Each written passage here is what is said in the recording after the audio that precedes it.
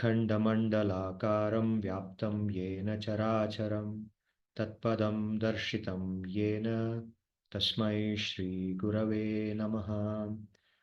Panchatattvatmakam Krishnam Bhaktarupaswarupakam Bhaktavataram Bhaktakyam Namami Bhaktashaktikam Vasudevasutam Devam Kamsachanuramardanam Devaki Paramanandam Krishnam Vande Jagadgurum Narayanam Namaskritya Naran Chaiva Narottamam Devim Saraswatim Vyasam Tato Jayamudirayet Nashtaprayeshva Bhadreshu Nityam Bhagavata Sevaya Bhagavatyuttama Shloke Bhaktir Bhavati Naishtiki Hare Krishna Krishna Krishna Hare Hare Hare Rama Rama Rama Hare Hare Hare Krishna Krishna Krishna Hare Hare Hare Rama Rama Rama Hare Hare Hare Krishna Krishna Krishna Hare Hare Hare Rama Rama Rama Hare Hare. Sarvebhyo Namaha, Sarvesham Krite Swagatam. We'll do a recap. This is where we were in the last class. This was the last shloka, the last two shlokas that we read. We were reading from the Srimad-Bhagavatam, and this is the Krishna Leela of the two sons of Kuvera, Nalakuvara and Manigriva. So they receive a curse from Narada Rishi, and they are made trees. They become Arjuna trees, and it so happens that they become trees in Gokula. And little baby Krishna, he drags the mortar which Mother Yashoda has tied to his waist. He goes between the trees, and the two trees crash to the ground. And the two sons of Kuvera, they emerge from the trees. They have been there for 36,000 years. They emerge from the trees, and then they thank Sri Bhagavan for liberating them from the body of the trees. And Sri Bhagavan also blesses them that they get bhakti, pure Shuddha Prema unto him. And that Shuddha Prema is very rare, but by the blessings of Narada Rishi, Narada Muni, who is a pure Shuddha Bhakta of Bhagavan, they also get that Prema. So here, Sri Bhagavan says, Tad Gachatam Mat Paramau Nalakuvara Sadhanam Sanjato Mai Bhavo Vam Ipsitaf Paramo Bhavaha. So, okay, now you can go, Nalakuvara and Manigriva, you can go to your house. And now that you have got Mai Bhavaha, means your prema, your pure love unto me, Ipsitaha, because you wanted it. What did you want? Paramo Abhavaha, the supreme state of Abhava. Abhava means freedom from samsara. Abhava means material existence, freedom from material existence. And the highest form of that is prema. And that is what now they have been blessed with. Shri Shuka Uvacha Ityuktau Tau Parikramya Pranamya Cha Punah Punaha Baddho Lukalam Amantriya Jagmatur Dishamuttaram. So having got the blessings of Sri Bhagavan like this, the two, they left to their house and they went in the direction of the north. They went to the northern direction after taking permission of Sri Bhagavan. Baddho Lukalam Amantriya. To that Bhagavan who was tied to a mortar, to such a Bhagavan. So this also, so these words here, they indicate how Sri Bhagavan, when he is in Gokula, in Vrindavan, among the Vrajavasis, his lilas are completely different, or his mood, his bhav is completely different from the bhav that he has outside Vraja. Even in Mathura, which is so close to Vraja, his bhav is that of Aishwaryamaya, means he is an Ishvara, Ishvara the master, the supreme. So that supreme nature does not manifest in Vrindavan or Gokula, among Vraja. So he is there, a little baby, and he's always being instructed and controlled by the other Vrajavasis. And he takes so much happiness in that, and in return he gives them happiness. So we discussed all this in the last session. And then we also talked about the three gunas of Prakriti, because we are now in the middle of the 14th chapter of Bhagavad Gita, which is all about the three gunas. Guna in Sanskrit also means rope. And it is in this meaning that the word guna is used in the 14th chapter. It has many meanings, but the meaning of guna called rope. That meaning is what is used in the 14th chapter, because a rope is used to bind something. And here, the three gunas of Prakriti, they bind us to this material existence. Our material existence continues because we are bound by these three gunas. So, what are the three gunas? Sattva, Rajas, and Tamas. You can see three different types of ropes. And you can see that we have also colored them. Sattva is bright in color, Rajas is reddish, it's about passion, and Tamas is dull in color. So, why is it so? Because Sattva, when the rope Sattva is binding us, when its influence is the most dominant on us, then it is purifying. It purifies our consciousness. It makes us knowledgeable. It gives us knowledge, true knowledge, real knowledge about the self, about reality. It is non-troublesome in nature. It's anamaya. It's prakashaka, illuminating. It is contentment fostering. One who is under the influence of sattva guna, he feels very contented inside, very peaceful, very contented, not disturbed by anything. It's strength giving. And all these things which we listed above, purification, knowledge favoring, they all give strength. They make us feel strong, confident, but not foolishly overconfident, confident in the correct sense. Okay, and energizing. Sattva guna gives energy. It fills us with a lot of energy, hope, optimism. Even the biggest problem looks simple under the influence of Sattva guna. Rajas. Under the influence of Rajas, craving and greed, craving for material enjoyment, that increases. Greed increases. We want more and more. Contentment goes down. We always feel a sense of something is lacking. I want more. And when we get that more, it lasts for only some time. That contentment which comes from getting more lasts only for some time. Immediately after some time, then there is also a feeling of discontentment. It comes back to us. Discontentment persists. So greed is a constant property of Rajas. Similarly, the craving for material possession, and it's misery producing. In the long run, Rajas, in the short run, it may give some happiness, but in the long run, the misery, things like discontentment, anger, and the feeling of jealousy, etc., increase when Rajas is more. And Tamas is about darkness. Because of Tamas, confusion increases. Ignorance, it's born of ignorance and it increases ignorance in return. It leads to negligence, pramada, delusion, moha, intoxication, mada, laziness, and sleep, nidra. Right? So all these things, alasyam, laziness is alasyam, sleep is nidra. So these things increase under the influence of tamas. So when we feel an excess of these things in us, then we should know that tamas is acting upon us. So by looking at these indicators, if you can see whatever we have written here, are the indicators of which guna is binding us in the most dominant manner. Okay. But of course, we also learned in the Gita that at any given time, all the three gunas are present in us at any given time, but one of the gunas dominates, subduing the other two. At any given time, one of the gunas dominates and it subdues the other two gunas. And all three of them influence all living beings, but we would like to be, Bhagavad Gita advocates that we should move towards Sattva Guna, we should decrease or destroy, eliminate Rajas and Tamas from us, and our real happiness, genuine happiness, comes when we are in pure Sattva. Of course, even Sattva is a material Guna, means it binds us to this material existence. So even though that is the best state of existence inside this material world, going even beyond Sattva, that is called Mukti, becoming Nirguna. Okay, so we will come back to that. We have discussed this before. We'll again come back to it. So we talked about all this, and now continuing from this point, what do we know next about it? So in the 14th chapter, Sri Bhagavan first consolidates all that he has told in the first 10 shlokas. So from the 11th shloka onwards, we are reading now. Sarvadvareshu dehesmin prakashaha upajayate jnanam yada tada vidyat vivriddham sattva. So he says, Sarvadvareshu dehe. This body, deha, in this body, there are said to be 9 gates. Okay, this model in the Indian knowledge system is about 9 gates of the material body. What are the 9 gates? The 2 eyes, the 2 nostrils, the 2 ears, right? So that becomes 6.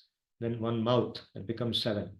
Then the genitals and the anus. Okay, so two eyes, the two nostrils, the two ears, the mouth, the genitals, and the anus. So these are called together the nine gates of the body. So you can understand easily why it is called the nine gates. You can see that through these openings, these are nine openings through which we are able to interact with the outside world.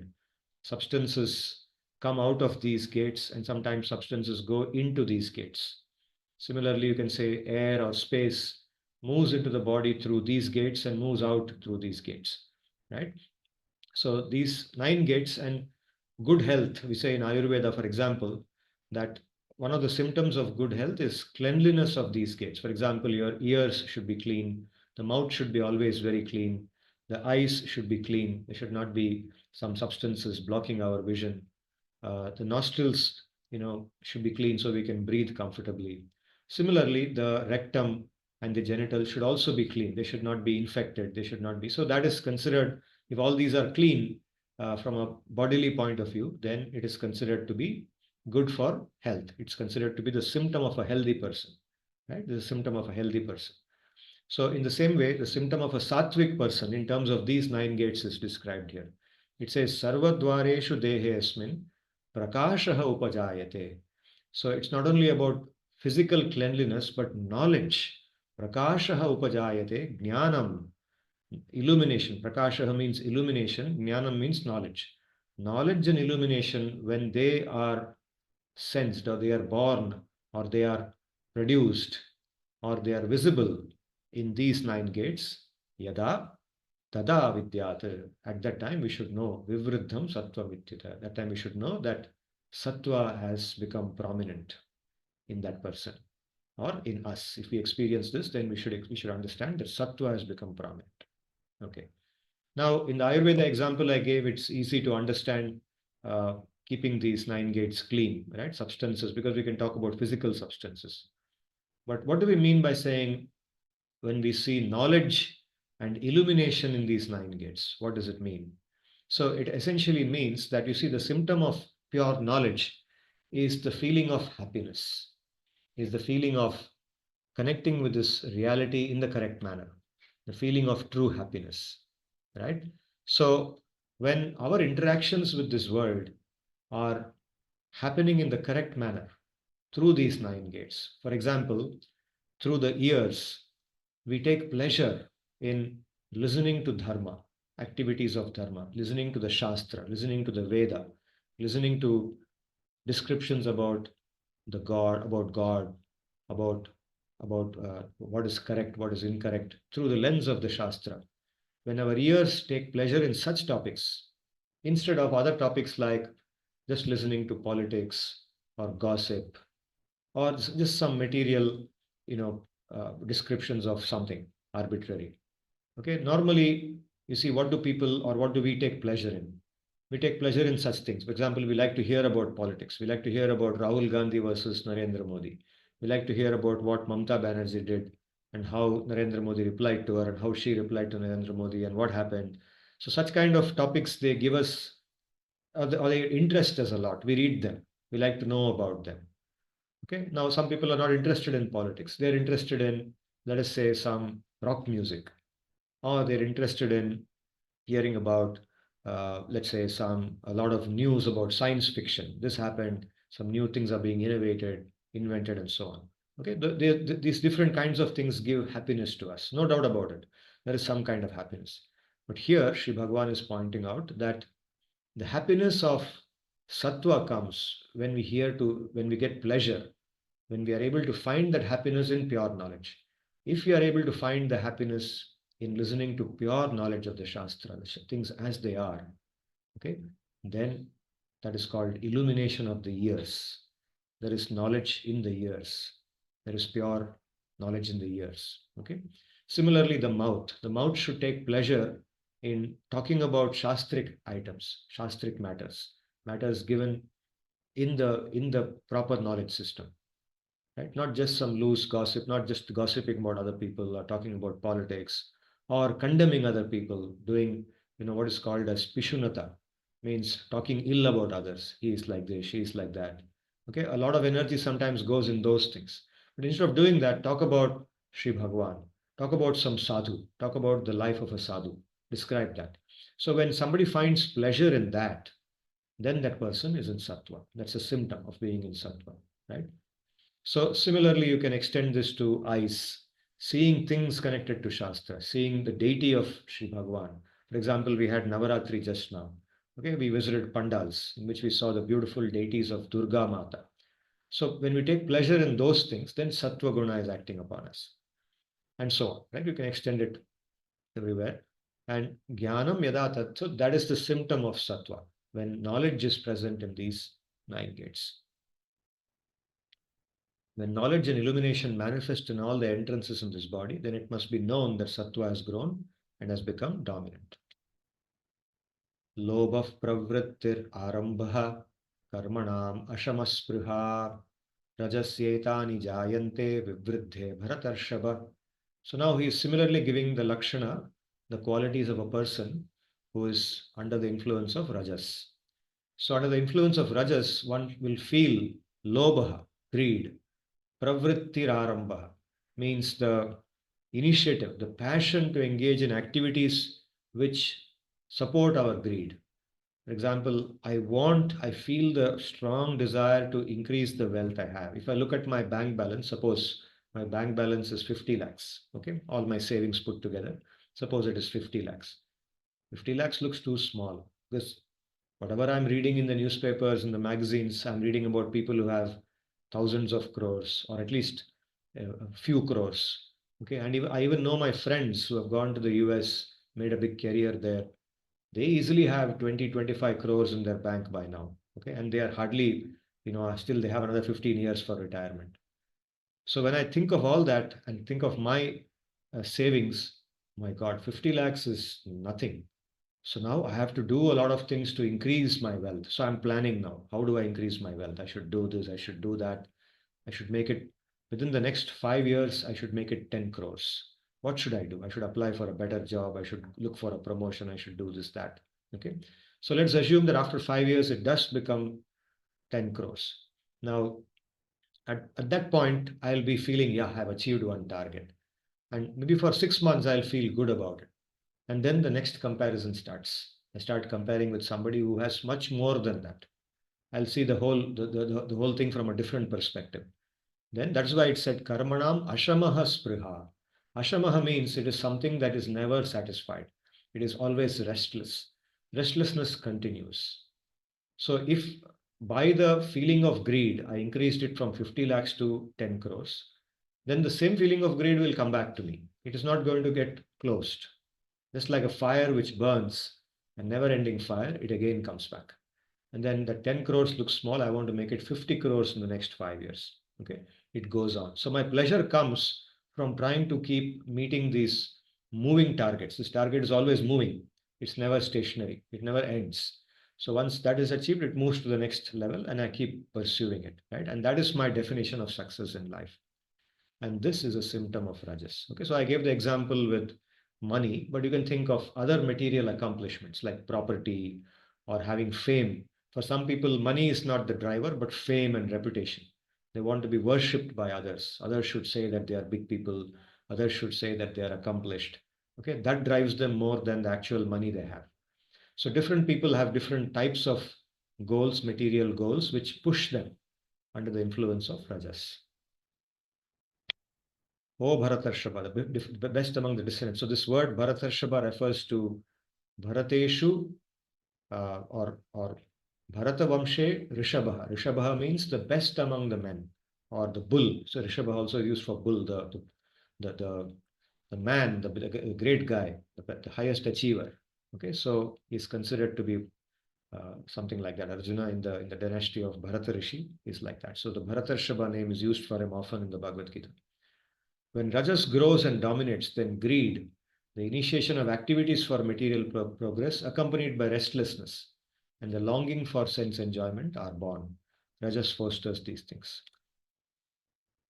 Aprakasho apravrittischa, aprakasho pravrittischa, pramade pramado moha evacha, tamasyetani jayante vivriddhe kuru nandana.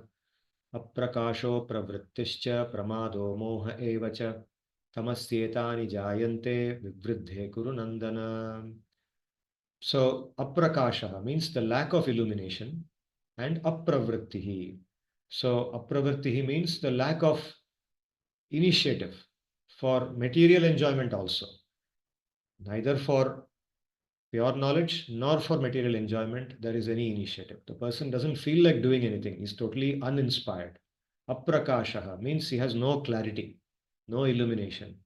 Pramadaha, inadvertence, negligence, neglecting the obvious things. What should be done does not do, does something else. Mohaha, moha, delusion is an important word in our Shastra. It refers to the feeling of accepting the wrong thing as the right thing, delusion, and the right thing as the wrong thing. Okay, for example, picking up quarrels with others seems to be the right thing to do, going and unnecessarily troubling others and getting into fights with them. Right? That seems like the correct thing, the smart thing to do. So a person in tamas will do such things. Right? The person in rajas is much better because he's focused on achieving a material goal. He's much better than the person in tamas because he will not get into unnecessary fights. They come in the way of achieving his goals. So he will do correctly what is required for achieving his goal. He will look for solutions. Even if somebody insults him, he will try to avoid fighting with that person because it'll take away his time, which he is saved for doing jobs which will take him upwards. Right? But person in pramada, person in tamoguna will not do that. Person in tamoguna only wants to establish himself as the supreme by doing stupid things. Right? He wants to show I am a smart guy, so he will go somewhere and pick up a fight with somebody. He'll get into arguments with people. Sometimes he will get beaten up, but he won't learn from that because of his pramada, because of his aprakasha. He won't be able to realize that I did a wrong thing. Instead, he will blame the other person who beat him up. He went and picked up a fight with him, he got beaten up. But he will blame that person. He will say, he did a wrong thing and that's why I got beaten up. Right? So this is called moha. Moha means not being able to judge what is correct and what is wrong, doing stupid things. Tamasyetani jayante. So under the influence of tamas, this kind of a mentality develops. And today we do see people like that. And sometimes we have also done these things. Right? When we got confused, we did something wrong, and then we learned by our mistake that this was a wrong thing to do. Right? Under the influence of tamas, wrong things happen. Tamasyetani jayante vivriddhe kuru nandana. So here Arjuna is addressed by different names. So throughout the Gita, Sri Bhagavan addresses his beloved Arjuna by very different names, and all of those names speak about the wonderful qualities of Arjuna. So here Kuru Nandana means one who gives happiness to the Kuru dynasty, the people who are Kurus. He gives them so much happiness by his good character. Oh, Kurunandana, one who gives pleasure to the Kurus, or to the king name as Kuru. The king Kuru existed, and that's how the name Kuru dynasty comes, Kauravas come. So, one who gives pleasure to his ancestor named Kuru. When tamas predominates, then the lack of knowledge or darkness, inactivity, laziness, inadvertence, and delusion are produced. Yada sattve pravriddhe tu pralayam yati deha bhritir tada uttama vidam lokan amalan pratipadyate. So now a question may come that, okay, you are telling us so much about the different things that sattva, rajas, and tamas produces, but how does it matter in the long run? Okay, suppose somebody decides to be in tamas. Is it like you can choose what you want to be in, and ultimately at the end of life, everybody is going to go into the dust, right? There's only one life we live. After all, there's only one life. So what if somebody lives in tamas? They're all drinking happily, they're eating, they're sleeping a lot. They anyway have money, so they don't have to worry. Sometimes they get beaten up, sometimes they beat others. How does it matter? It doesn't matter, right? So this kind of question may come. How does it matter which guna influences us? So Sri Bhagavan says no, and this is very important because the understanding is that this life is not the only life. This is just one small snapshot in our eternal existence. This life is a snapshot in our eternal existence, and this is something that we should always remember. And this is the basic, most basic understanding with which everything else in the Indian knowledge system, in our Bharatiya Jnana Parampara, can be understood. Otherwise, if we don't accept this, then many other things will not become clear. So this shloka is saying that when somebody dies at the end of their life in Sattva-guna or in Rajoguna or in Tamoguna, what happens to them? When somebody dies, somebody has lived their life, let us say, predominantly in Sattva-guna. Somebody else has lived predominantly in Rajoguna. Somebody else has lived predominantly in Tamoguna. Then what happens to them in the long-term future, or at least in the immediate future after this life is over, right? So this sloka is about Sattva Guna. Yada Sattve Pravriddhetu Pralayam Yati Dehavrit. When somebody is predominantly in Sattva, and in that condition of Sattva, he meets with his death. Pralayam. Pralayam means his end of life. Yati means he attains his end of life. Dehabhrita means one with the material body. Tada Uttama Vidam Lokan Amalan Pratipadyate means such a person attains an existence of those who have the highest knowledge. In other words, he goes upwards. His existence becomes like the existence of the devas. The devas or the divine beings. You see, we have a lot of different beings in this universe. The Shastra describes we are called Manushyas, but just like Manushyas, in the higher planets or higher states of existence, I won't use the word planets because the word English word planets refers to the physical objects we see in the sky, right? Like Mars, Venus, etc. And the Earth also is called a planet. But what it means by loka here, the word loka is not exactly translated as planet. There's no exact translation. The best way to translate the word loka is a state of existence. Okay? So it's not about a physical place. It's about a better state of existence or a worse state of existence. So currently we are in Bhuloka, a particular state of existence which is called Bhuloka. Now here, Uttama Vidan Lokan, the states of existence of the higher people, the people who are in higher state of knowledge, who have a higher level of knowledge than us, those who are already very sattvic. We take birth among those who are already very, very sattvic, more sattvic than us. We go to such a state of existence. And such a state of existence, Amalan, means they are pure. Amalan Pratipadyate, they are pure, they are non-troublesome. They have all the properties of Sattva Guna. Right? And there people don't behave like the way people behave in Rajoguna or Tamoguna. People behave in sattvic manner. So what are those lokas? We say Swarga Loka, for example. But even in between Bhuloka and Swarga Loka, there are other lokas like Gandharva Loka, Siddha Loka.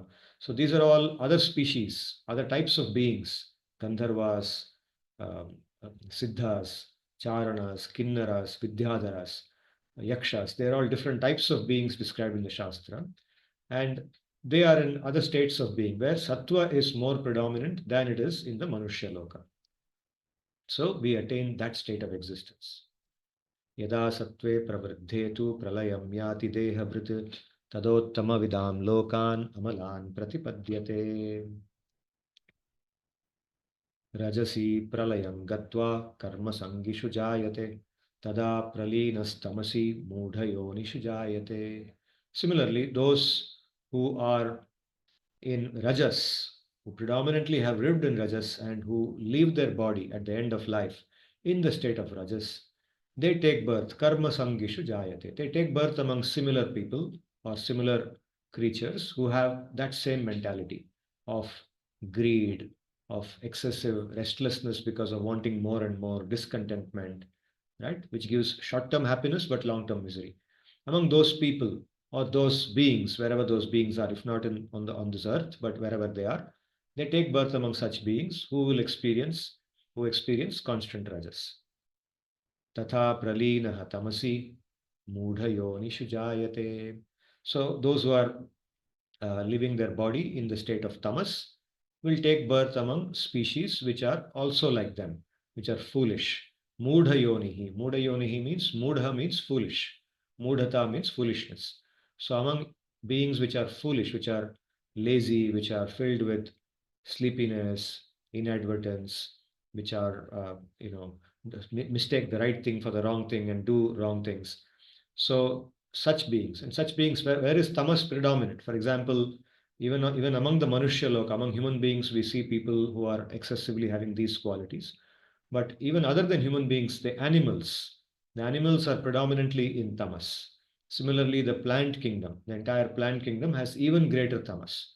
So when somebody as a human being leaves their existence in the state of tamas, then they will go either into other human beings. They will be born as a human being with more tamas, where tamas is excessive, where they can even do more of their activities like drinking, beating up other people, or whatever, criminal activities, etc. Or they will take birth among animals, or if the tamas is extremely high, then among plants, among the plant kingdom as trees and so on. So now we can also relate with why Sri Narada, he placed them, the sons of Kuvera, as two trees, because he wanted them to experience that. He gave them the memory of what they had done, but he said, you stand there. Okay, as when tamas is very high, the plant kingdom, you stand in one place, you cannot move also. See, the inactivity, right? Apravritti, complete apravritti is granted to you in that state, because that is what you wanted. That's how you lived your human life. So that is granted to you in the future life. So in this manner, the three gunas are very important. It emphasizes why it is important for us to constantly endeavor to keep ourselves in sattva guna, to reduce our rajas and tamas consciously. They are not things which will automatically go away. By doing activities which will increase our sattva and decrease rajas and tamas, we attain the perfection of human life. We go to a better state of existence after this life is over, right? So, in this manner, we have done the five shlokas meant for today, and I will summarize what we learned today. We learned, apart from what we learned in the last class, that after the end of this life, those with sattva go to a state of higher knowledge.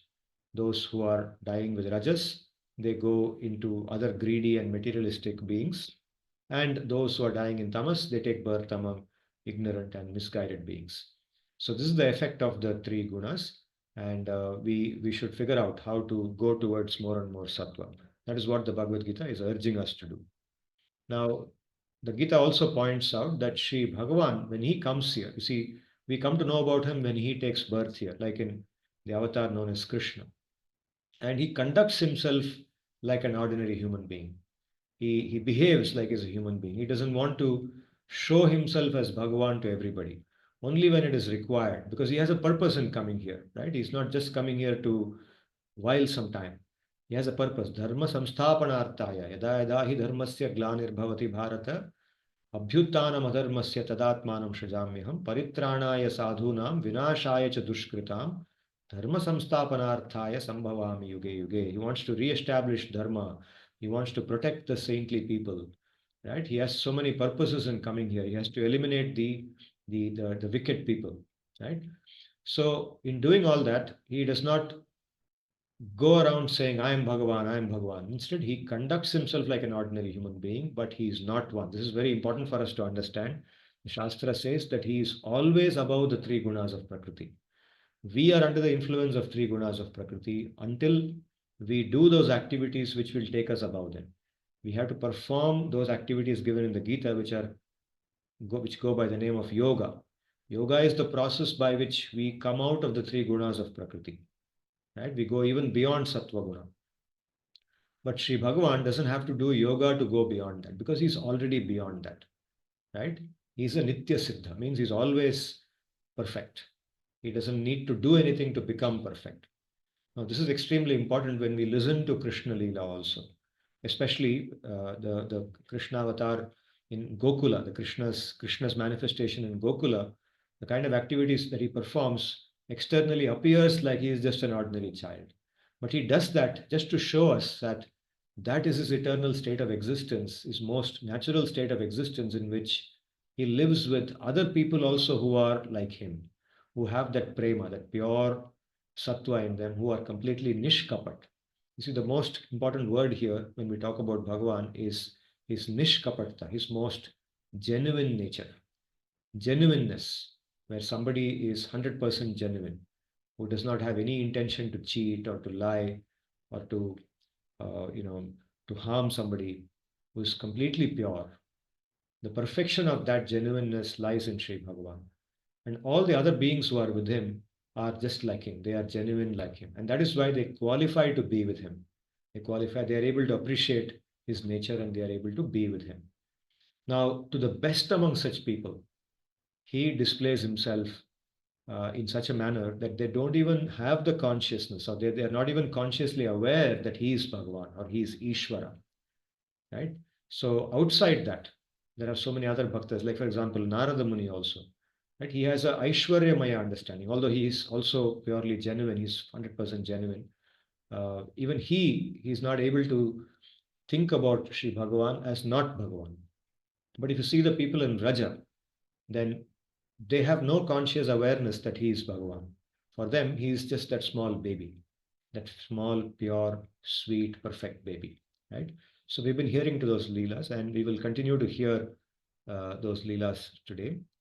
So continuing in the Bhagavatam with the 11th adhyaya of the Dashama Skandha, we just heard that the two sons of Kuvera were delivered from their existence as trees and sent back to their residence by Sri Bhagavan. What happens after that? Sri Shuka Uvacha Gopa Nandadaya Shutva Drumayov Patatoravam Tatra Jagmuhu Kurusreshta Nirghata Bhayashankitaha. So when the Gopas were all there, when they heard the crashing sound of the two trees, then they came rushing. Because normally Gokula is a very peaceful place, very quiet, very peaceful. The Yamuna is flowing nearby. It's filled with trees. Another name for Gokula is also Brihadvanam. It's a big forest.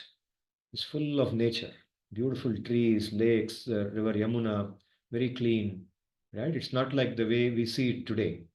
Today, because of our own misactivities, the place externally appears dirty.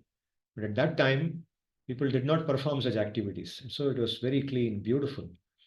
So in such a place, such a crashing sound is never heard.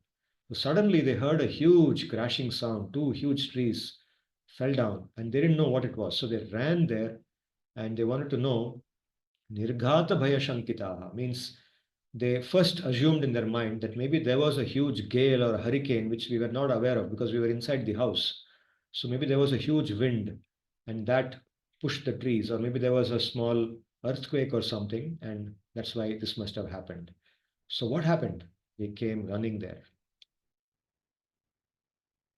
So what they saw these two big trees, which they already had seen earlier, the two Arjuna trees standing there, and they saw them fallen on the ground, and they saw there a small baby, their own Krishna, very small. He's just about maybe 2.5 years old, very small, with that rope tied to the mortar, and he's crawling there in between the two trees. So they couldn't make out what's going on. How did this happen? The two trees crashing and a small baby, and his waist is tied to a mortar. Right? Now, how do you put all these things together? It doesn't make sense, right? It's not adding up. So what did they do? They asked the little boys. There were some small gopas playing there in the corner, and they were not bothered because they had seen the trees falling and then they had gone back to play. Nothing happened. Krishna is there, and they are after all small children, 3 years, 4 years of age. Somebody is 2 years of age, and they are all playing with the mud and they're playing with the leaves. They're all playing nearby, so they were not bothered. They were just playing, and the gopas, the elderly gopas, they couldn't find anybody else to ask. So they went and asked the boys, tell us what happened. So the boys said, whatever happened. The boys were no longer concerned with it, but they told them because they were asking them. They said, Uncle, we saw this little boy, Krishna. He came here crawling, and to his waist, the mortar was tied. And he dragged the mortar. You see, the boys are so small, the children are so small that it doesn't occur to them that how can a small baby like this drag a heavy mortar? They think it's a very normal thing. A baby is crawling and the mortar is tied to him because they are, after all, playing with toys. So they think this may be another toy that he is tied to. And then they tell the Gopas that, you see, the mortar he was dragging, and then he went between the two trees, and we saw all that. And the mortar got stuck because it could not go through the gap between the two trees. And he kept on dragging this boy, and then the two trees crashed. So the little boys, they just thought it's a normal thing for this to happen, and they went back to their play. They saw this happening, and then they also tell them, we saw two people come out. There were two very bright-looking people who came out of these trees, and then they were bowing down to this small boy. They bowed down to this small boy, and there was a conversation between them. The boy spoke to them, our Krishna spoke to them, they spoke to Krishna.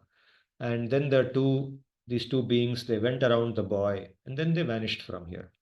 So they say, we saw all these things and now Krishna is here. They saw all these things and they narrate all this.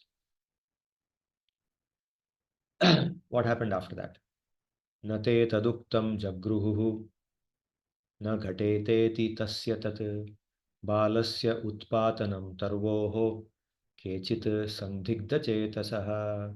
So Nanda and the gopas, they listened to all this, and most of them they said, no, no, this is not possible. Nate taduktam jagruhu. They could not accept. Jagruhu means accepted or grasped or comprehended. But nate taduktam jagruhu means they could not comprehend. They could not comprehend what the boys were telling them. Na ghateta iti tasya tat balasya utpatanam tarvoho. It is not adding up. Na ghateta. Na ghateta means it doesn't fit in. It doesn't make sense. Like we say, no? When somebody tells us something and then we ask, how did that happen? Then somebody may explain something. So we say, not possible. That cannot be possible because I saw that guy somewhere else. I saw him in the market. He could not have been here at that time. So it's not possible. So like that, they are saying, na ghateta means this is not adding up. It is not adding up. It's not making sense. What is not making sense? Balasya, this small baby, he is uprooting a big tree like this and then two people are coming out. This doesn't make sense. So they just left it. They didn't believe it, right? But kechit sandigdha chetasa, a few among them, kechit means a few among them, sandigdha chetasaha, they remained doubtful. This is maybe it is possible. Why? Because they started recollecting what had happened earlier. Now, this is not the first strange thing happening with Krishna. Beginning with Putana, they saw something unusual happening. Suddenly, they saw a baby on the body of a big Rakshasi. Then they saw a baby, a big hurricane came, and then they saw the baby. After the hurricane left, the baby was lying there very safe. And then they saw a cart. The cart was completely broken, and the baby was lying safe inside it. So a number of things have been happening, unusual things have been happening after Krishna's birth. So now one more unusual thing has happened. So maybe what these boys are saying at least could be partially true. They were doubting. Kechit sandigdha chetasaha. So you see how in Gokula, Krishna keeps them, the Yogamaya keeps them completely unaware of his actual identity. So finally, what happened? Nanda, he just smiled. After all, what can these babies, these small children tell us? And he freed his baby. I put this free within quote because that's the intention of the Bhagavatam. He removed the rope from his baby's waist because he couldn't understand how that came about. He didn't know that Mother Yashoda had tied the baby to this mortar and gone away, right? Because this happened shortly after that. So he freed the baby from the rope and from the mortar, removed the rope from his waist, and he took the baby inside and he went away. गोपीभिः गोपीभिस्तोभितो नृत्यत् भगवान् बालवत् क्वचित् उद्गायति कचिन्मुग्धः तद्वशो दारुयन्त्रवत्. So you can see how Krishna conducted himself in Gokula and how he conducts himself in the midst of bhaktas who are so pure that he cannot conduct himself any other way. So here gopibihi stobitaha anrityat. Stobitaha means by praised or good things, or you can say um, egged on. We say egging on. Stobitaha, praised, or you can say how we initiate, we प्रेरणा देते हैं किसी को कुछ करने के लिए. We push somebody to do something by speaking good words to them. Okay, so this describes a scene in which the women in a house, when there are small babies or children, when they want to play with them, they playfully make the child do something, and when the child does that thing, they feel so sweet. This baby is so sweet, yeah. And then they pick up the child and they kiss the child, they kiss the baby, right? Whatever a small baby does, it looks so sweet.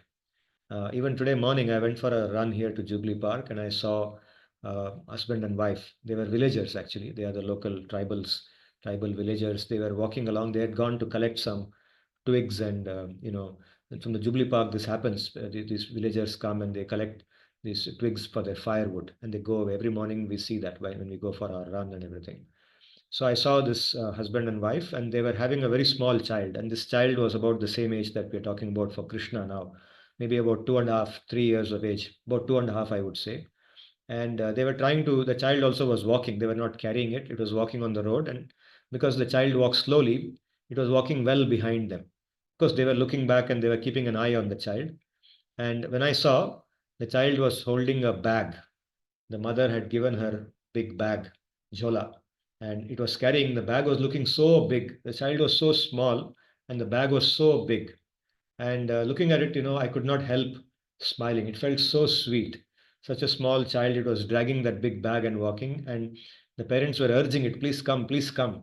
And it was not coming. It was looking here and there. And then as I was watching, the child went and picked up one twig which has fallen on the road and started playing with that twig.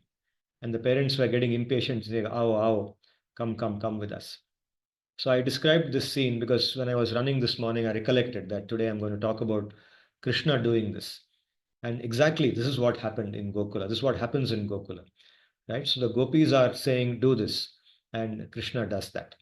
And they say, so sweet. So gopi bhi stobito nrityat. Nrityat means he danced. Okay, so sometimes they would say, okay, now show us how to dance. And then the small baby will show some activity like dancing.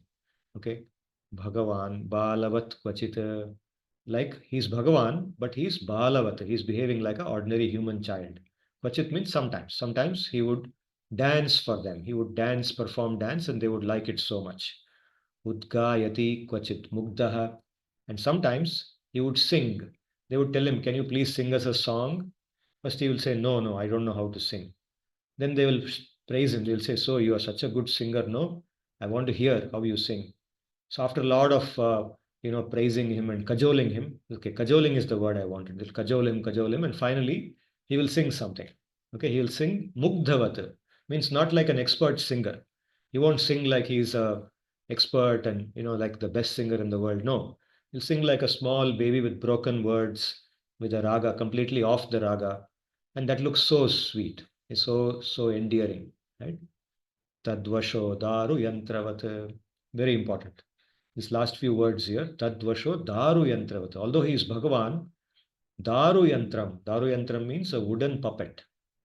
He behaved, Tadvashaha. In their hands, he was completely under their control. Daru Yantravat. As if he was a puppet in their hands, he would do whatever they say.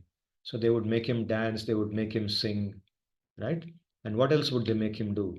Bibharti Kvachidagyaptaha Pitakonmanapadukam Bahukshepam cha kurute Swanam cha pritimavahan. And sometimes he would carry, Vibharti means carries. Agyaptaha, ordered, they would instruct him, okay, now go and bring that seat. There would be some small chair in some corner or some, what is called that manai. That's a small wooden stool, right? Kept on the floor, a flat wooden plate on which people sit as an asana. So that's called pitaka. So they would say, now go, Krishna, go bring that. I'm busy with this, go bring that. So he would go, he would run and go, he would happily go, he would carry that, and he would say, Unmana Padukam Bahuksheptam Chakurute. So what would he do? He would carry it, Vibharti, means he would carry it in his body. It would be very heavy. Just like today morning, I saw this small child carrying a huge bag on his shoulder. It was, walking with that big bag, looking very distinct. So similarly, he would carry it on his chest, he would carry it on his stomach, and it would be like, as if he's struggling to walk. Struggling slow steps he would carry and come. Unmana Padukam means an item used to measure. For example, in those days, people would use different types of weights or, wooden objects to measure. For example, you want to measure so much rice, so much dal. So for measurement, Unmana Padukam is an item used to make measurements. तोलने के लिए, in Hindi would say तोलने के लिए, just like in those weighing scales, on the one side you keep something, the other side you keep what you want. So he would carry that, and after carrying it, bahukshepam cha kurute. Bahukshepam means like this, like for example, when we want to celebrate, yay. So he would come, he would bring that to his mother or to the other gopis. He would put it down, and then he would say, yay. or he would clap his hands. Yay, I've done it. Like that. And when they see that small baby doing that, Swanam cha Preetimavahan. So he would do it so that they would feel so happy. They would feel so much love for him. Right? So this is how Sri Bhagavan very consciously increases the love that his bhaktas feel for him. He feels infinite love for them, and he wants them also to feel that love. He wants to give that back, right? Because in that love is happiness. All our happiness lies in love. Ultimately, all happiness comes from love. It does not come from sensual enjoyment, right? We think that sensual enjoyment is giving us happiness, but that kind of happiness is only a sensation. It is not pure happiness. Pure happiness comes when we experience love, even in this material world. Even if it's not that spiritual love which is being spoken about here, that pure nishkapat love, even if it is love mixed with kapatta, even if it is not that pure genuine love, it is love that gives us the most happiness compared to other things in the material world, right? So in order to increase that love, Sri Bhagavan would perform all these very endearing activities. Now one day what happened? Krinihi bo phalaniti shrutva sattvaramachyutah phalarthi dhanyamadaya yayau sarvaphalapradah. So one day the child heard a sound, just like, we hear somebody on the street, somebody is selling something, okay? Somebody is selling vegetables. Then that seller, vegetable seller, as he is pushing the cart, he would be shouting, Tarkari, Tarkari, or Sabji, Sabji, Sabji, right? Somebody selling chaat, they would be ringing their bell. Okay, the chaat wala will come with his cart and be ringing a bell and probably shouting something like chaat, garam garam chaat or something. So when we hear this from inside the house, then we will go outside. If we want to buy that thing, or if you're interested in that thing, we will go and buy that. And if there is a small child in the house, typically you'll see that small child leaves whatever it is doing and runs outside first. Even before the mother or the father go outside, the child will be outside looking for that person, right? So one day, Krinihi bhoho phalaniti. So they heard a sound, Krishna heard a sound that please buy my fruits, please buy my fruits. A fruit seller, an elderly lady, she was selling fruits. So she was crying out, please buy my fruits, please buy my fruits. Shrutva sattvaramachyutah. So moment he heard that, he ran outside. And he ran outside, but he knew that in order to get that thing, you have to give something. Okay, the barter system. In those days, people were not dealing with currency like we were dealing today. Okay, at least many people were not worried about currency or coins. They would give something in return. So what could they give? They could give dhanyam. Right? Dhanya means rice grains. So Phalarti dhanyam adaya yayau. So he was Phalarti, means he wanted to have the fruits. He knew that fruits are now coming. So to get the fruits, he collected rice in his hands, in his two hands, little hands.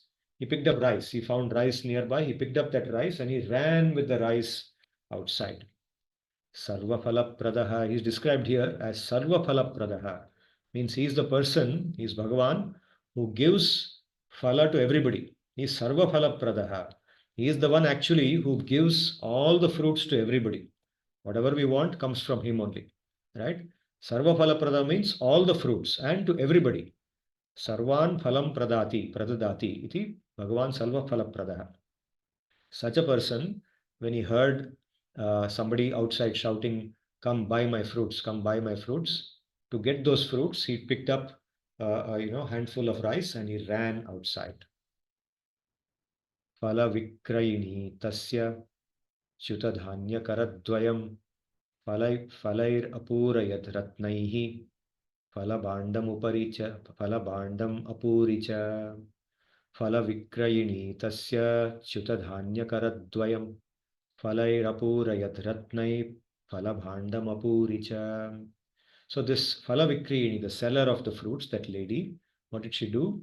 She filled his two hands with whatever fruits could be fitted into those two hands. Right? She picked up as many fruits as she could from the basket, and she filled his two little hands with as much as she could place in those two hands. But here you can see Shuta Dhanya Karadvayam, because by the time he reached there, Shuta Dhanya, his two hands had become devoid of all the grains, because He could not hold them properly. He's a small baby after all. So his hands, he did not know how to hold those rice grains in his hands properly. So by the time he reached there, all the grains had fallen down. His hands were empty actually. He was carrying the grains and running, and the grains were falling down. By the time he reached there, the hands were empty. But she did not worry about that. She was not concerned about getting the rice from him. The moment she saw him, she felt so much love in her heart that she placed as many fruits as she could in his two hands. Then what happened? Ratnaihi phalabandam apuricha. When she turned around to the basket, she saw that there were no more fruits left in the basket. Instead, the basket was filled with jewels. Ratnaihi phalam phalabandam apuricha. The whole basket, which was filled with fruits until now, when she placed the fruits on Sri Bhagavan's hands and she turned around, there were no more fruits in the basket. That basket was filled with jewels. So this way, Sri Bhagavan reciprocates. So similarly, the same chapter describes many other leelas of Sri Bhagavan. And I will narrate one more today, and we will go on this chapter, which we are reading now. The 11th chapter is filled with the sweet leelas of Bhagavan. And so in this leela, describes how this is an ongoing leela where every day the gopas, along with Krishna and Balaram, they go to play by the river. And as they are going, eventually, because they don't come back, you see, the children will never come back when they go to play, and the parents have to go and call them, come back, come back. So Rohini Ma first goes and she wants to call them. Rohini is the mother of Balram, and absorbed in the play, they ignore her. They don't come back. So she goes back and she tells Yashoda Ma, whom she's staying with. She's Rohini and Yashoda are staying together in the house of Nanda. Yashoda is Nanda's wife, and Rohini is Vasudeva's wife. But Vasudeva, who is a close friend of Nanda and like a half brother, like a step brother, he has sent Rohini to Gokula to stay here for her safety, right? Because of Kamsa. So she is staying with Yashodama, and so she tells Yashoda that you please go because they are not coming back. You please go and you please bring them and come. So with great love, Yashoda goes there because she's so eager to see her baby. So she goes, and because of the love that she feels, it is described that milk is oozing from her breast because she's so eager to hold her baby and feed him. Right? She calls out to her little boy to return. How does she call out? Krishna, Krishna, Ravindaksha, Tata Ehi Stanam Piba. Oh Krishna, oh Krishna, Aravindaksha, one with beautiful lotus like eyes. Your eyes are so beautiful like a lotus petal. Please come back, oh my dear child. Tata means dear child. The word Tata is used to address a child as well as a father or a grandfather also. So Tata, oh my child, please come back. Stanam Piba, please come back and drink the milk in my breast. Alam Viharaik Shudshantaha. Enough, enough of your play. Shudshantaha, you are so tired and you are so hungry also. I can see that you are tired and you are hungry. Krida Shantosi Putraka. Your play has made you so weary. You look so weary and tired, exhausted. Please come back. He Ramagacchatatashu Sanujaha Kulanandana. Please come back, Balarama. Rama means Balarama. She's calling out to Rama. Hey, Balaram, you also come back, my child. So for her, both Krishna and Balaram, both are children. Sanujaha, come back with your little brother. Anuja means younger brother. Come back with your younger brother. Oh, Kulanandana, one who gives so much happiness to us, to your Kula. Pratareva Kritaharaha. You had your food only in the morning. Now it is so late in the day. You had your food early morning. Bhavan bhoktum harhati. Tad bhavan bhoktum harhati. Therefore, you need to eat now. You have eaten a long time back. You see, one of the things that mothers are most concerned with about their children, or you can say the first basic thing that any mother is concerned with for a child, is not about how they look or how much they have achieved in life, but whether they have eaten properly or not, right? And you can see this is not only today. Today we see everywhere. You see, there was a newspaper article that when Prime Minister Narendra Modi ji, when he went to meet his mother, okay, now she's no more, unfortunately, she has passed away, but when she was alive, just a year back or so, he went to see her in, I think, Ahmedabad or whichever town she was staying in. The first thing she asked him was, are you eating properly? right? And this was mentioned in the newspaper. I remember reading this, and this became like a headline because, why would somebody ask a prime minister whether he's eating properly? Because everything in the world is available to him, and he has his own cooks, and he has everything specially dedicated to him. When he travels, his whole team of cooks travel with him to ensure that he gets the correct food that he ought to eat. But when a mother looks at him, she's not seeing him as a prime minister, right? Because she is seeing him out of love, the same love that she saw him with when he was born and when she grew up with her. So he's always a child to her. So first thing she asks him is, are you eating properly? Are you getting proper food? Are you eating properly? And that's the primary concern of any mother for her child. So you can see that this is not a new thing, and even Sri Bhagavan's mother asks him the same thing. Your father Nanda is waiting for you. Please come back and accept our affection. And then she describes his appearance and she gives him more reasons. Okay, eating is not enough because he is not concerned. That logic that you have not eaten is not enough to bring him back. So now she is saying other things also, like father is waiting for you, please come back. Then she's saying, look, you're looking so ugly. You're looking gray with dust. Come and take your bath. And then she gives one more reason. Today is your birth star. Okay. So all this is not every day. Okay, someday it is his birth star, no, Rohini Nakshatra. The nakshatra on which he was born is also called Rohini. So today is your birth star, no, Rohini, come back and donate some go to the Brahmanas. Different reasons she is giving to come back. And she finally says, look, and this also you see today our mother is telling us, right? How your friends have already taken their bath and they're looking so good. Their mothers have all dressed them.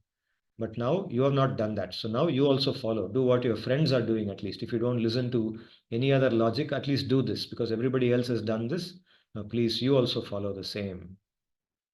Itham yashodatam ashesha shekharam matva sutam sneha nibaddhadhir nrupa haste grihitva saharama machyutam nitva swavatam kritavathyatodayam. So in this manner, Yashoda, to that person, tam ashesha shekaram, the person who is so much supreme that there is no remainder. See, ashesha shekaram, this word is very interestingly coined here.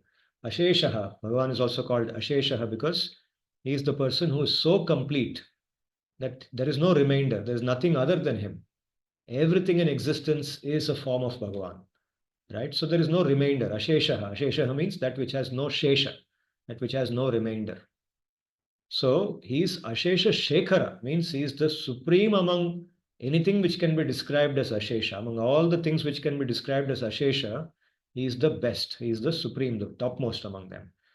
So Yashoda, such a personality, the supreme among those who are complete, Matva Sutam, thinking that this such a person is my baby. Sneha Nibaddha. Why she's thinking like that? Because she's completely overwhelmed by love. Sneha Nibaddhadihi. Her consciousness, her dhi, her consciousness or intelligence is completely overwhelmed by the sneha, by the love that she has for him, that she does not realize that it is Bhagavan. She is thinking it is her own child. Haste Gritva. She caught him by his hand. Saharama Machyutam. And by the other hand, she caught hold of Balaram. She caught hold of both of them because all the logic that she has given them, it is not working. They will not come back whatever you tell them. So the only way to take them back is catch them by the hand and then drag them.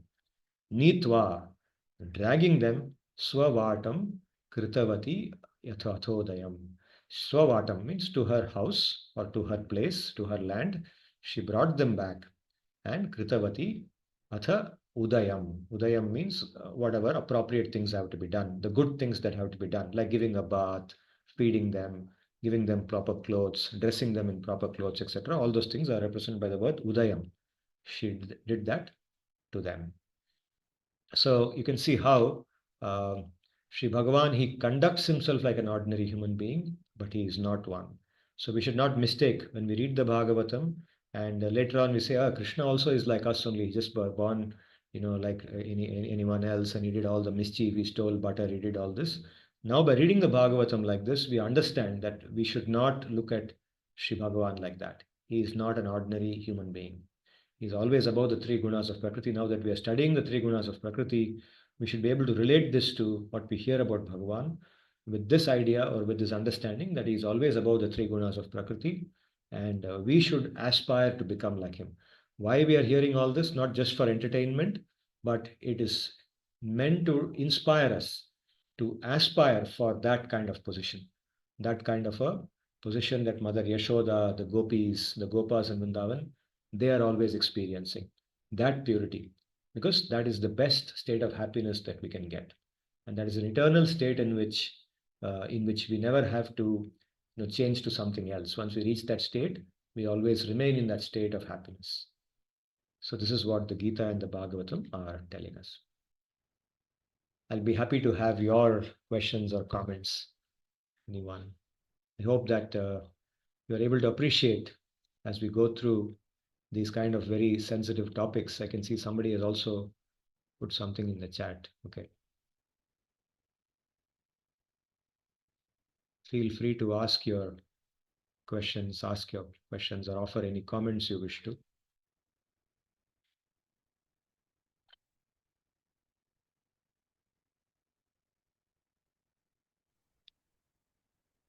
Pranam, sir. Pranam, is it Sarthak? Yes, sir. Yes.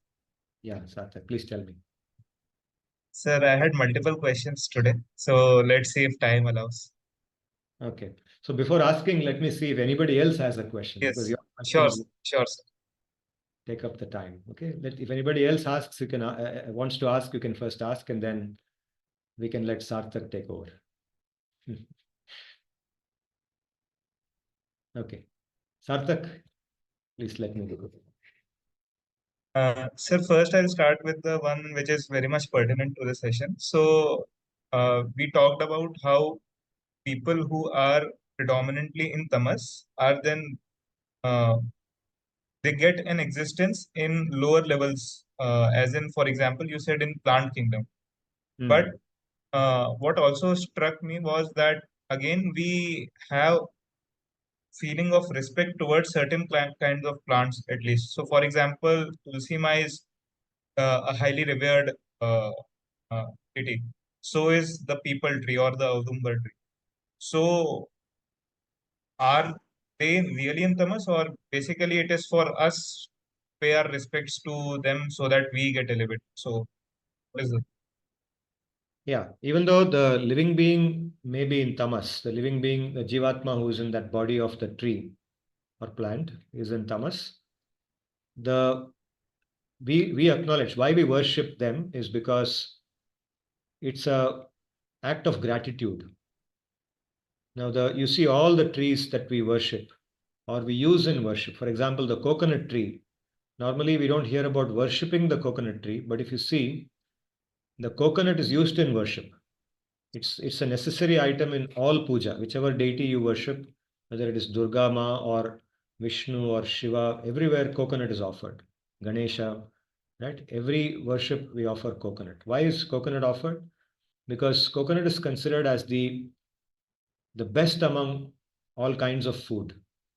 It contains all the good properties of all other food in one single item. And one single coconut contains all the good, essentials that any other food can give us. It is so sattvic, right? So the coconut tree gives us that thing. And to acknowledge that, we use its product and offer it to Bhagavan.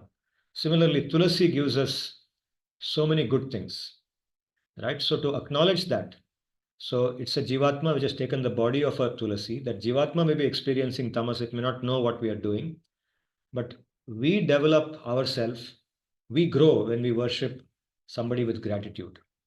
That worship is not a superstitious activity, it's not a religious belief. It's not some, things that primitives who had nothing else to do decided to spend their time doing this. No, it is a expression of gratitude. It is our way of saying thank you. In the Western world, they don't do this. They just say thank you with the mouth, right? So instead of saying thank you with the mouth, you do worship. You say it with your heartfelt gratitude, you offer a puja, an arati to that thing. You circumambulate that thing. So all the worship we do is an expression of gratitude to that being. So that is how we should see. Whether we worship snakes or we worship birds or we worship uh, trees or plants, everything is in that form. Worship rivers, Ganga, we worship Mother Ganga, Yamuna, all rivers in India are worshipped. We worship Samudra, the ocean. Samudra Puja happens in Puri, in so many other places also. All this is because of the gratitude of, saying thank you for what we are getting from them. We get so many things from them, we express gratitude towards them. And by expressing gratitude, we grow. Our consciousness grows. We become better human beings. So this serves a twofold purpose. One is to be grateful towards the resources that these jivatmas are providing us in this state of existence. And Yeah, also, this gratitude elevates us. We develop sat. yeah. So whether that living being is aware of it or not, we don't know. And we are not concerned with that. Whether that living being acknowledges our gratitude and knows that we are worshipping it or not, it is not of concern, because by doing that, we are we benefit. We elevate ourselves. This is an activity of dharma. That is why worship is an activity of dharma. Anything that we do in accordance with dharma elevates us. It improves our consciousness, makes us better versions of ourselves. It makes us happier. It gives us happiness. That is why So worship. also, does namaskar to this also mean that we are ultimately doing our namaskar to Sri Bhagavan himself? Because in so we had earlier that he Yeah, is primarily the source. yeah, because everything comes from him. That is why Sarvadeva Namaskaram Keshavam Pratigacchati. There's a shloka, no? Very famous shloka in our Sanskriti, which ends, the second line is Sarvadeva Namaskaram, Sarvadeva Namaskaraha Keshavam Pratigacchati. All the namaskaras we do to all the deities ultimately goes to Sri Bhagavan, Keshava, Krishna. Thank you, sir. Sir, my next question is, can you please go to that slide wherein you were talking about the story of fruit seller? Yeah, yeah. Yes, sir. So in the second shloka over here, hello Vikrayani Tasya Chuta Dhanya Karadvayam. Sir, Mm. what does Chut here stand for? Because so far we have always referred to Sri Krishna as Achyuta.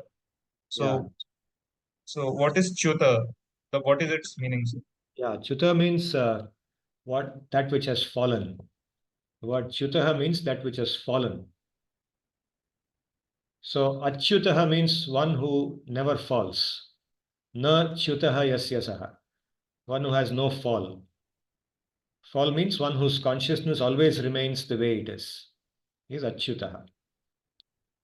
So here Chuta refers to the rice Hmm. which have fallen from his Here, hands. here Chutadhanyaha. Chutadhanyaha Karadvayam. The hands are described. They are adjective. The word Chutadhanyaha is an adjective for the two hands. The adjective is saying that the hands from which all the grains of rice have fallen down, the dhanya has fallen down. The hands have become empty. The grains have fallen down. So the word chuta means the grains which have fallen down. So So similarly for one achyut, word achyuta, one is that he never falls down. And another way to understand the same word is he is never a fallen entity. Means we are people who have fallen. Like we are always fallen. I mean, what I mean is like right now we are fallen. right. We, we can become not fallen by doing the appropriate process. But right now we have fallen. But Sri Bhagavan is never that. He is not one of us. That's what it means. Achyutaha. Thank you, sir. One more question. Yeah, So when we began our narrative of Srimad-Bhagavatam, so it began with finally Parikshit Maharaj asking Shukamuni questions that yeah. what should we do in our lives? Basically, how should we live our life? That was one. Mm, Second was what to do at the time of death. Please mm. correct me if I am wrong. So Yes. I know that the entire Bhagavatam is a response to these two questions. Mm, But apart from, I mean, lilas and basically these, what exactly is the conclusion of these two questions? What is the answer? How should live their lives and what to do at the time? so So we live our life. In the Bhagavatam, according to the Bhagavatam, the answer is we should cultivate bhakti, right? By practicing dharma. The base for bhakti is samanya dharma, normal dharma. And on top of that, bhakti dharma builds. Bhakti dharma is when we offer ourselves to Bhagavan. We live our life in a manner that Sri Bhagavan is the most important person in our life. He occupies our life. So what does that mean? Does it mean that we stop doing everything? No, not at all. It means we do whatever we do with the consciousness of Him, with His awareness, being aware of His preferences, what He likes, what He does not like. That is what is meant by taking refuge of Bhagavan. Whatever choices we make in life, we take into consideration that this will be pleasing to Bhagavan, this will not be pleasing. So we live a normal life. All the activities that anybody else does, we also do. The person, when I say we, I mean those who are practicing bhakti. Those who are cultivating bhakti by the process of bhakti yoga, they do nearly the same activities that anybody else does, except for a few such activities like criminal activities or, you know, activities which harm others or activities which harm the environment. Those kind of things they will definitely never do. But all other activities like doing your job or doing, going sometimes going on a vacation or eating good food, everything that normal people do, the bhaktas also do. But they do it with the awareness that I should do it in a way that is pleasing to Bhagavan. Okay, now for example, let us say eating good food. When eating good food, how would a bhakta's eating good food be different from somebody else's eating good food? Everybody eats good food, right? Now, what a bhakta does is the first thing is when food is cooked, it is cooked in a very sattvic manner. Sattvic cooking, cooking which is free from substances like meat, any kind of intoxicants, or things like onions, garlic, mushrooms, all kinds of substances which are tamasic or rajasic in nature are avoided. Only pure vegetables, clean vegetables, and dhanya like rice, dal, all other vegetable items are taken. Okay, cooked food is cooked with such items only. That is point number one. And the food is cooked in a manner that is clean, in a very clean environment with a clean mind. And then it is offered to Bhagavan first. Food is offered. Now, if you are not able to offer with the elaborate process, okay, in temples, for example, if you go to a temple, then offering the food to Bhagavan, bhog chadana, we say. Now, in many temples, it's a very elaborate process. It may take 15-20 minutes to do it, carry it out. You take the food in a separate plate. That plate is used only for making offering to Bhagavan. And then you uh, carry it to the room in a covered manner where it's not seen by anybody. It is given that importance. And then it's offered to Bhagavan by chanting some mantras. And then some time is given for Bhagavan to have it. And then you bring it back as prasad. Once it is offered to Bhagavan, it is prasad. And then you bring it back as prasad and then you mix it. Either you mix it with the original items or you keep it separately and then serve it to whoever is going to have it. So all this is done for offering. But if you're not able to do that, then at least in the mind, you just keep the plate and for a couple of seconds in your mind, remember Bhagwan and say, please accept this. You have given me this food. Now, before I taste it, you first please taste it, and then I will taste your prasadam. So this way, we acknowledge His presence in our life. We acknowledge that He is giving us, and our consciousness then becomes more aware of Him. We fill our mind with His presence. Right? It's important to us that He is present in us. So this is a small example I gave of how a bhakta's activity can differ from the activity of another person who is not practicing bhakti yoga. Right? So like this in every sphere of activity, in the way we decide about our career, what kind of a job we should do. So we would like to work in a place where we don't have to do politics against somebody. We don't have to harm. In some careers, some kinds of jobs, you have to necessarily, because the environment there is like that in that company or in that industry, the environment is such that you have to, do some activities which are unethical, like taking a bribe or harming somebody, doing politics, removing somebody from their post, right? And favoring somebody else. You have to suck up to somebody. So all this sucking up or pushing somebody down, this kind of activity a bhakta doesn't want to do. He doesn't like it because he knows it is displeasing to Bhagavan. This is adharma. He won't do it. So he will look for a career where he doesn't have to do such a thing, even if it means sacrificing some salary. He may have to go for a lower salary or for a lesser promotion. His promotion may get affected. So for the sake of promotion, he will not compromise on what is pleasing to Bhagavan. But even with that, it is possible, and by Bhagavan's help. You see, you will not find a bhakta, somebody who is a bhakta in this world, suffering for want of a good job. You will not find them. He will invariably find, it may take a little more time, but he will find a job where he can live peacefully and do his work with a pure consciousness, without doing any unethical things, any false things, without telling lies, etc. Right? With being genuine. So in this manner, the bhakta does all the activities that any normal human being does, but does them in a manner that is pleasing to Bhagavan. Anukulyena, the definition of bhakti is Anukulyena Krishna Anushilanam. Okay. Now, many of the people attending the session, my sessions, are FPM and EFPM students, doctoral students. So for them, right now, doctoral research is the most important thing. So now, the thinking should be that, okay, what would be Anukulyena Krishnanushilanam in the process of doing my doctoral thesis, in the process of doing my research? Okay, do my research in a manner that doesn't do anything unethical, do something which harms anybody, having to, fudge my data or say something false, or do some analysis and report something else which did not come from my analysis. Do something wicked, do something harmful, or work on a topic which has implications for harming somebody, right? Work on a topic which actually benefits people. Okay, and in fact most topics are like that anyway. So so like that, make choices which are pleasing to Bhagavan. So as we learn more from the Gita, as we read the Bhagavatam and Gita more, our thinking automatically gets shaped like that. Our thinking automatically gets shaped in a direction that when we have to choose something, we will automatically bring into that this perspective, this criterion, that this should not go against what dharma says. Anything adharma, I should not do. Anything adharmic, I should not do. Okay, so I've given a very long answer. I hope it sort of answers your question, at least to some extent.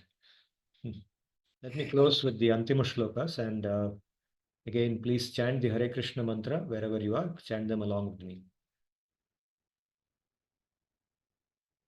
ॐ स्वस्ति प्रजाभ्यः परिपालयन्तां न्यायेन मार्गेण महिं महिषाः गोब्राह्मणेभ्यो शुभमस्तु नित्यं लोकाः समस्ताः सुखिनो भवन्तु हरे कृष्ण कृष्ण कृष्ण हरे हरे हरे राम राम राम हरे हरे हरे कृष्ण कृष्ण कृष्ण हरे हरे हरे राम राम राम हरे हरे हरे कृष्ण कृष्ण कृष्ण हरे हरे हरे राम राम राम हरे हरे. धन्यवाद. Thank you.